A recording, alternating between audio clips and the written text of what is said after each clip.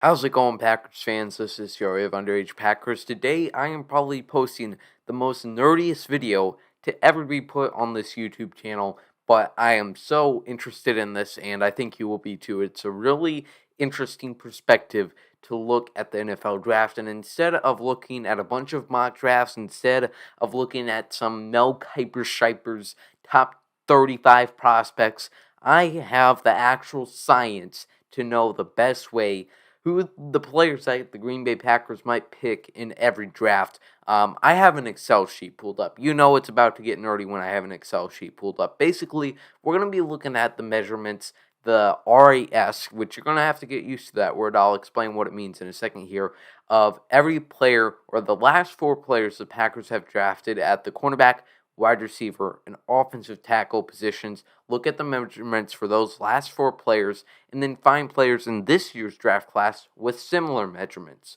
So that RAS word that I said earlier stands for Relative Athletic Score, which is kind of a math equation that is used to formulate all of the data, all of the measurements from a player's pro day, or usually the combine, so their 40-yard dash, their 20-yard shuttle, their broad jump, their height, their weight, all of that nonsense into a 10-point grading scale. Now, you might think that's a really arbitrary, very vague idea of how a team is going to draft, but when I tell you the data, you're going to be pretty surprised of how much it correlates, how consistent Green Bay is with selecting players with a high relative athletic score on a 10-point grading scale, 10 being the best, 0 being absolutely garbage.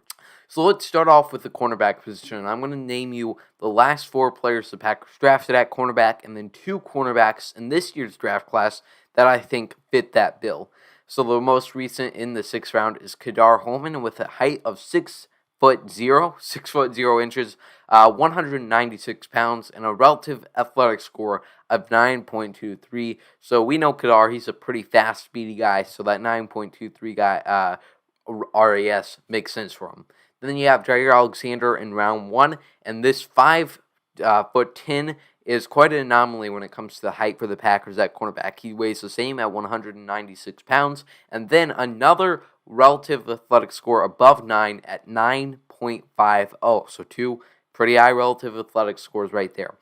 Then in the second round, they go with Josh Jackson, 6'0", again, same as Kadar Holman. Again, 196 pounds. I don't know if this is what we should really be looking at. I don't know if we need to look at cornerbacks in this class that weigh 196, but 6'0", 196 pounds, and a relative athletic score of 9.27. Then finally, everybody's favorite Packers cornerback, Kevin Keane, 6'3", very physical guy, 200 pounds, and you might think, he's kind of lengthy, and especially on the field, he doesn't look that athletic, but he actually has the highest relative athletic score out of any cornerback on this list at 9.95, almost a perfect 10, which is really surprising for Kevin Keane there, but you can really see the consistency in the Packers selecting those cornerbacks with a relative athletic score like that, usually above 6 foot, in that 190 to 200 range. So with that data, it's pretty safe to assume the Packers are going to, if they're going to draft a cornerback, they're going to look for somebody that is tall and somebody with a good relative athletic score over 9 at the very least. There's 15 players in this year's draft class that play the cornerback position with the RAS score of over 9. That was kind of redundant, but who cares? So the Packers, it definitely is, even when they were selecting Kevin Keane, when they were selecting Kadar Holman, Josh Jackson, those second-round guys, Jair Alexander is kind of the outlier because he was just such a great player, and that 5'10" anomaly is another example there, but they definitely like that high RAS with the cornerbacks, so they have 15 options to choose from here. I looked up the height, I looked up the weight, and all that stuff, and here are my two players that would fit the bill for the Packers. Number one is Faitu Melifonwu, probably pronouncing all of that wrong, from Syracuse, though, 6'3", same height as Kevin Keane, 205 pounds, just 5 pounds heavier, which I probably shouldn't be making comparisons to Kevin Keane, probably scare off some viewers there, but a RAS of 9.69, so that's higher than anybody besides Kevin Keane on that list of the four previous players they selected. The Packers are certainly looking for both an outside cornerback to hopefully develop for a long-term answer after Kevin Keenan is done with this long 1-year deal, and then maybe they want to look to address the slot if they don't think Jair Alexander is necessarily going to work out in that nickel cornerback, that star position that Joe Barry values. Then who knows? But I do think it really depends on how the board falls. Like always, I'll die on that hill. But I thought to Melifonwu, he fits the bill with the measurements. Another corner is Greg Newsome. These guys are both projected to be in the early round 2, mid round 2 to mid round 3, somewhere in that area. So Greg Newsome, 6'1", 190 pounds in that one, not quite 196. I should have done better work on that with the RAS of close to Melifonwu of 9.66. And I should probably mention that Melifonwu, his brother Obi Melifonwu, like the Star Wars character, was drafted by the Cowboys at the same position, was an absolute bust. So hopefully he doesn't follow in his brother's footsteps. But then I mentioned, like I did, about the cornerback position, what they might be looking for there. But once again, Greg Newsome, it's a player that they'd be able to draft. The highest RAS for a cornerback this year was J.C. Horn out of South Carolina, who I'd be absolutely shocked, especially after a stellar pro day, would fall to the Packers all the way at 29. They might have to trade up for him if they really want him, and I even don't know. They'd have to make quite the aggressive move up into the early teens, late teens, somewhere around that, but it would certainly be quite the move to get J.C. Horn. Let's move on to everybody's favorite, the wide receiver position. The last 4 wide receivers they selected, you have to go all the way back to 2018 and 17 to find the last time they selected a wide receiver. And you'll notice not only the RAS, but also the height is so consistent in this wide receiver position. Jamon Moore in the 4th round at 6'3", 205 pounds, a RAS of 8.43. That's the anomaly there. Then Marquez Valdez-Scantling, the height of 6'4", 206 pounds, a 9.27 relative athletic score. Then you have Equinemius St. Brown with a height of 6'5". We're just going 6'3", 6'4", 6'5", 6'5", 214 pounds with a relative athletic score of 9.8. Once again, increasing as the rounds go down. So they certainly value height. And once again, you can see that relative athletic score coming into play. And one thing to mention, I'm not saying that Brian Gutekunst is in his office looking at the official RAS website and saying, all right, this guy 6.5, that's not good for us. We'll go with the guy 9. We don't need to look at the tape, but the RAS is all that matters. I don't even know if they look at this, but all I'm saying is that they are very consistent in taking these players with these high scores when it comes to their testing. So that obviously shows how they scout, how they evaluate. They evaluate and they value these tests. Maybe not specifically the relative athletic score, but they value the measurements they test for. Then back in 2017 with Trevor Davis in the 6th round, 6'1", 188 pounds, and a 9.14 relative athletic score. 2 guys that I think are perfect fits, fit the bill for the Packers are, again, 2 later round guys. No first round prospects really on this list for me.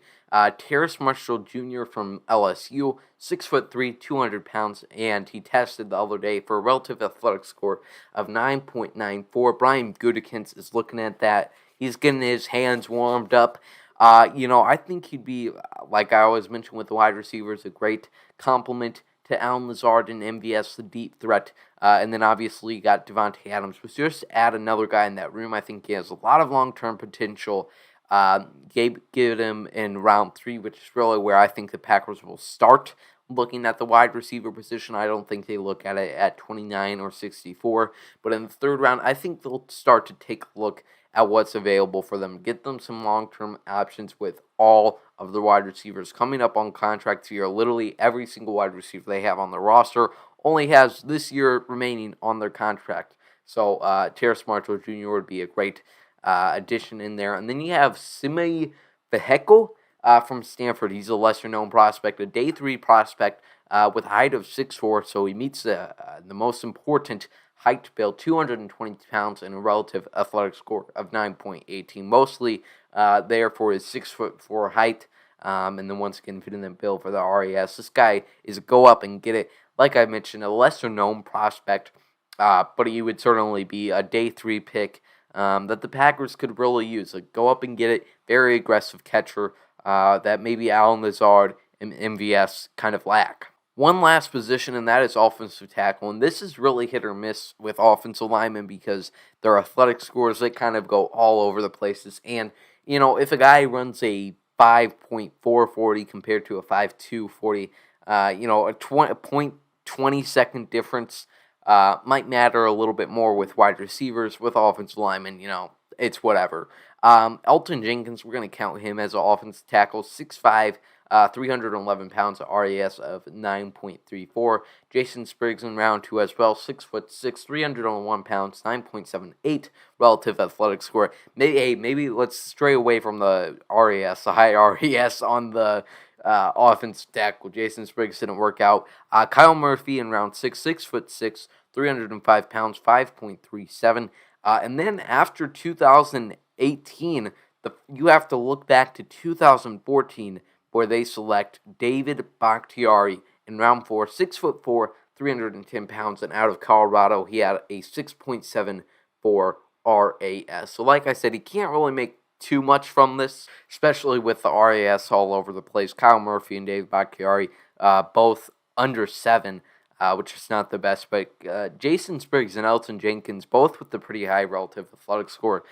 Somebody with a 6'6" height and 320 pounds in this year's draft is Tevin Jenkins. I'm going to mention him in every single draft video I bring up. I swear something is going to go on with Packers fans. Tevin Jenkins, it's most definitely because of the last name. He's going to be the favorite prospect here down the line. I definitely love him. A 9.73 relative athletic score from Oklahoma State. Very versatile player, 5.0140. So Tevin Jenkins, would love him. That's a pretty, I wouldn't mind trading down for him. That's early round 2 to late round 2. I'd be surprised if they would be able to get him in their second round pick. But that's all I got for you today. There are 5 players that would be perfect fits for the Packers as far as what they're looking for and their height, their weight, and the glorious RAS. Hopefully you get used to that word if you're going to be listening to a lot of nerds like me. Thanks for listening to this nerd today. Make sure you subscribe to the Underage Packers YouTube channel for more content like this. We have you covered throughout the draft. Follow us on Twitter, Instagram, TikTok, even Facebook for your folks at home. That's all I got for you today. As always, go Pack Go.